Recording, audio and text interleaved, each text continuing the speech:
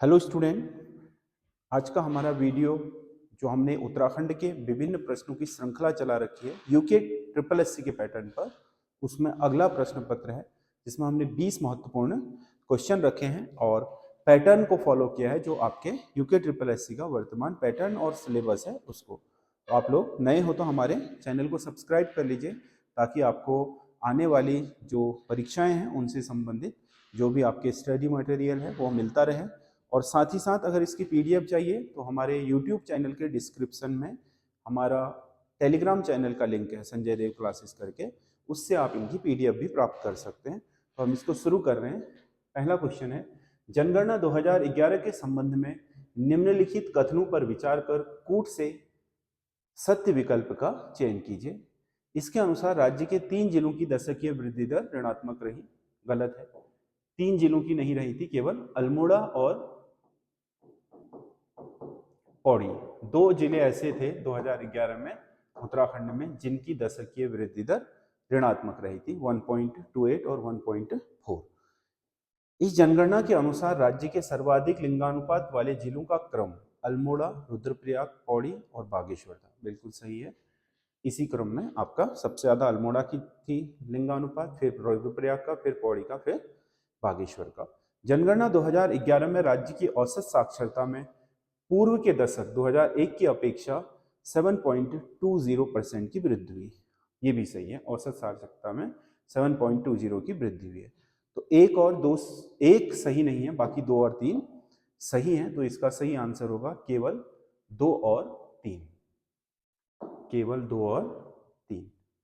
तो इसका डी सही आंसर है, एक गलत है। सूची नीचे दी गई सूची 1 को सूची 2 के साथ सुमेलित कीजिए।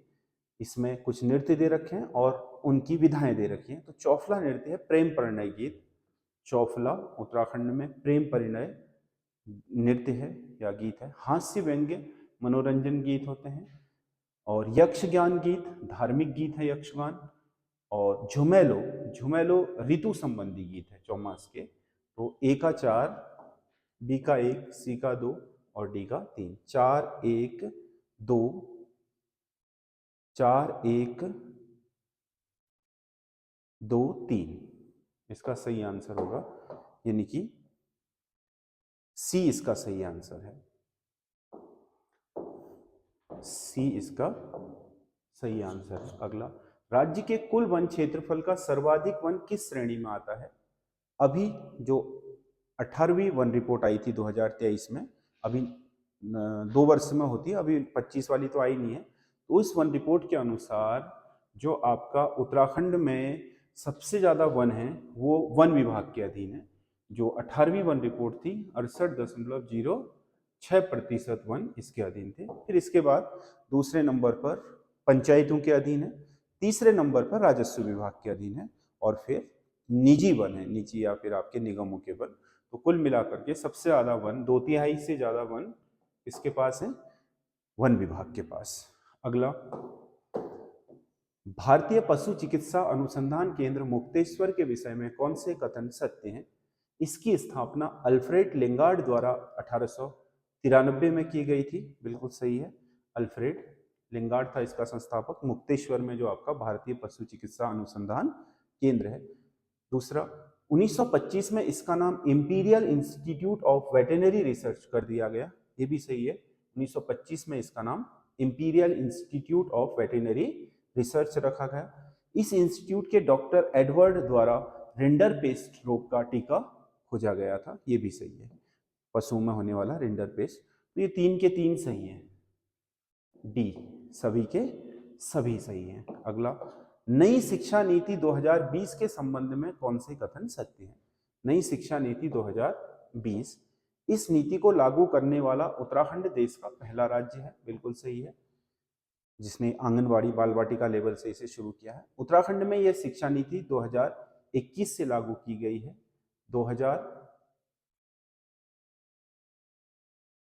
उत्तराखंड में यह 2021 नहीं, 12 जुलाई 2022 से शुरू हुई थी। तो ये भी गलत हो गया है। इसके तहत उच्च शिक्षा के क्षेत्र में गठित राज्य स्तरीय अनुसरण समिति का अध्यक्ष शिक्षा मंत्री होता है। ये भी गलत है।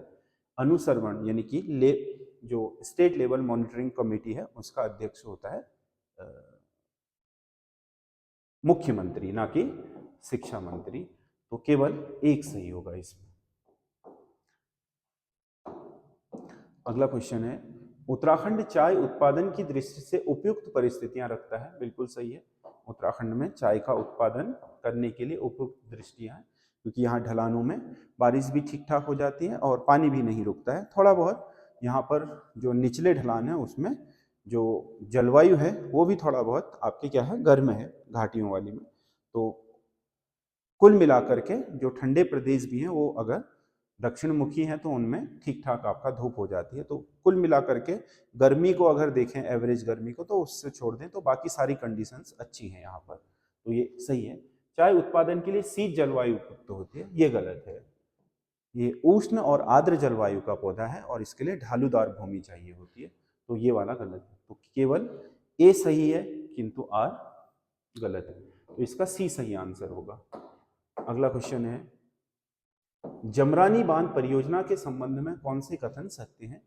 यह परियोजना 1975 में योजना आयोग द्वारा स्वीकृत की गई थी, जो गोला नदी पर निर्माणाधीन है जमरानी।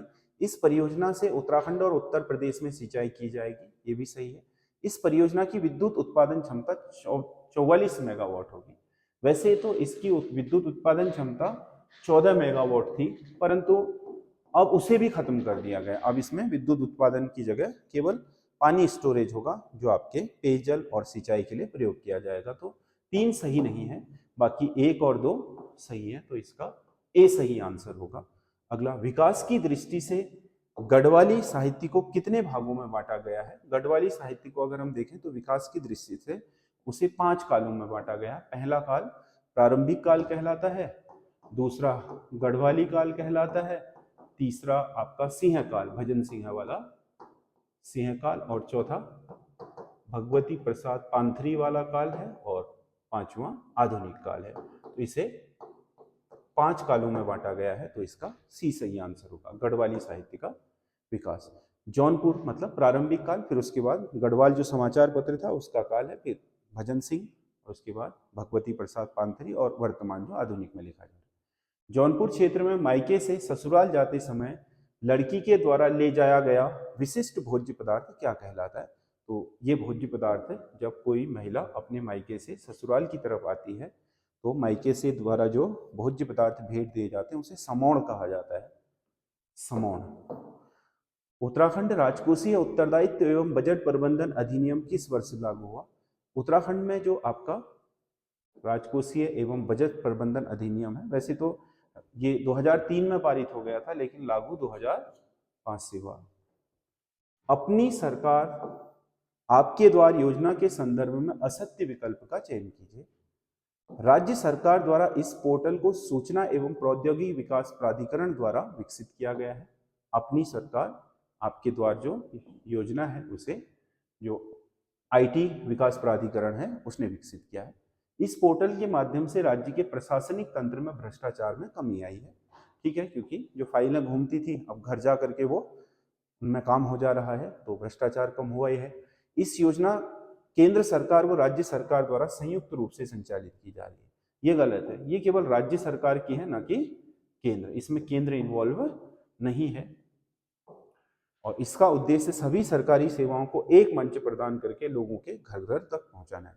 सारी जो सरकारी सेवाएं हैं उन्हें एक छत्र के तले घर घर तक पहुंचाना इसका उद्देश्य है। तो इसका सी सही आंसर होगा, जो सुमेलित नहीं है, गलत है। अगला, चंद प्रशासन में न्याय की सर्वोच्च शक्ति राजा में निहित थी, लेकिन वो धर्म के अधीन था। हाँ, सर्वोच्च जो न्यायाधीश होता था राजा ही होता था, लेकिन वो निर्णय लेते समय धार्मिक रीति रिवाजों को जरूर ध्यान में रखता था। बिल्कुल सही है। सामान्य जनता के लिए न्यौली कचहरी की स्थापना की गई, और जबकि सैन्य मामलों के लिए विस्तारी, ये भी सही है, दोनों सही है। पर इसका इससे कोई संबंध नहीं है, मतलब वैसे प्रत्यक्ष संबंध की भाई ये इसका स्पष्टीकरण है कि धर्म के अधीन था, तो ये दोनों सही है, पर आर ए का स्पष्टीकरण नहीं है, तो बी इसका सही आंसर होगा। अगला क्वेश्चन है, गोरखा शासनकाल के दौरान मिझारी कर के संदर्भ में कौन सा कथन सत्य है? यह एक व्यापारिक कर था, गलत है। यह जागीरदारों से लिया जाता था, ये भी गलत है। यह शिल्पकारों और ब्राह्मण पर लगाया जाने वाला कर था, ये बिल्कुल सही है। बिझारी ब्राह्मणों और जो शिल्पकार होते थे उनसे लिया जाता था, तो इसका सी सही आंसर है। अगला क्वेश्चन है, निम्नलिखित उत्तराखंड के राज्यपालों को उनके कार्यकाल के साथ सुमेलित कीजिए। तो इसमें सुरजीत सिंह बरनाला, BL जोशी, सुदर्शन अग्रवाल, अजीज कुरैशी। सबसे पहले आएंगे सुरजीत सिंह बरनाला, उत्तराखंड के पहले। तो 2000 सन से 2003 तक बरनाला बने। इसमें डेटों का महत्व नहीं है, आप सन देख करके भी इसको कर सकते हो, क्योंकि डेट देख करके घबरा जाओगे तो फिर मुश्किल हो जाएगी।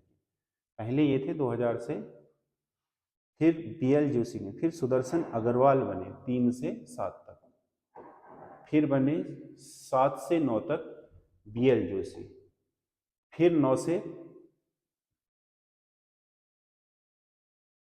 नहीं, इसमें फिर 9 से 12 नहीं है, 12 से 15 तक बने अजीज कुरैशी, है ना।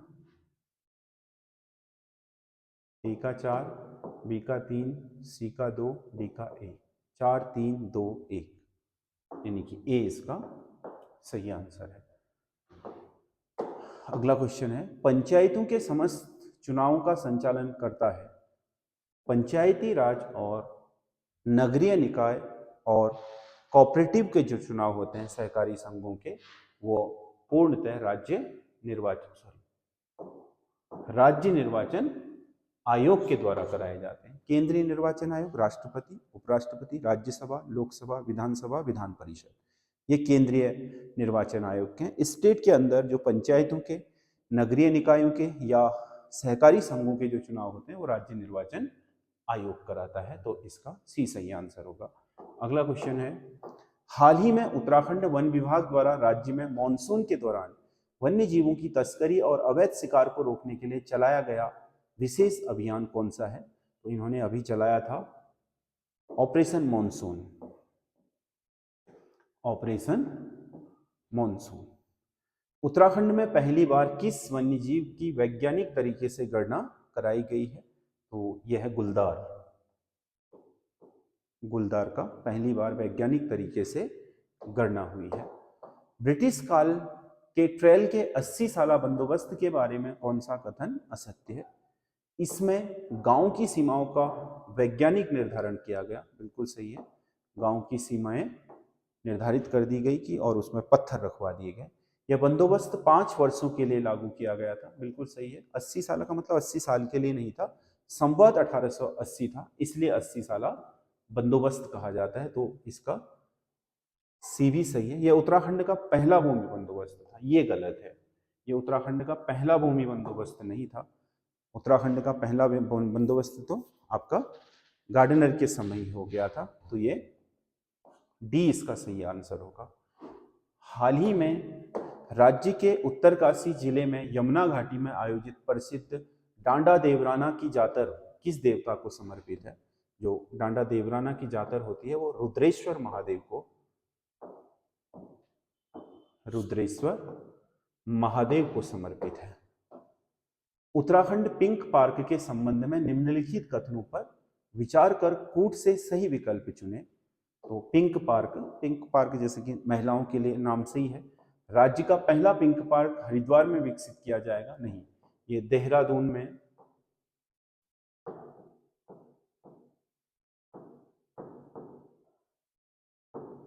देहरादून में विकसित होगा, तो पहला गलत हो गया। यह पार्क केवल महिलाओं और युवतियों के लिए आधुनिक सुविधाओं से सुरक्षित सार्वजनिक स्थल होगा, ये बिल्कुल सही है।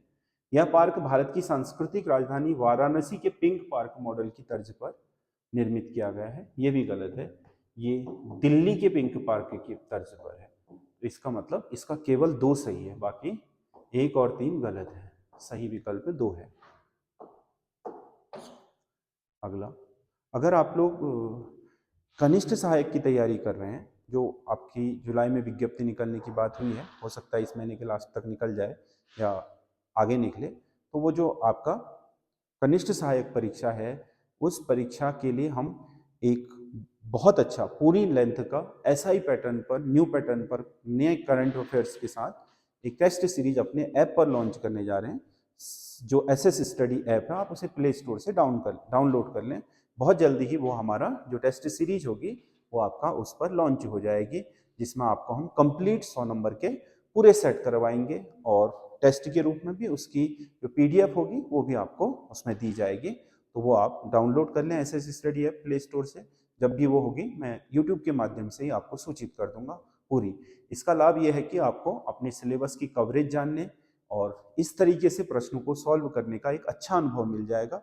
आपकी पढ़ाई ज़्यादा शार्प हो सकती है तैयारी। तो आप लोग हमारे जो ऐप है उसके साथ बने रहिए। यूट्यूब चैनल में हम लगातार जो वीडियो ला रहे हैं उनमें हम सूचना आपको दे देंगे जिस दिन हम उसे लॉन्च करेंगे। लास्ट क्वेश्चन है, 1857 के विद्रोह के दौरान कुमाऊं कमिश्नर हेनरी रैमजे ने कुमाऊं में मार्शल लॉ लागू किया था, मतलब सैन्य शासन। बिल्कुल सही है, मार्शल लॉ लगाया गया था।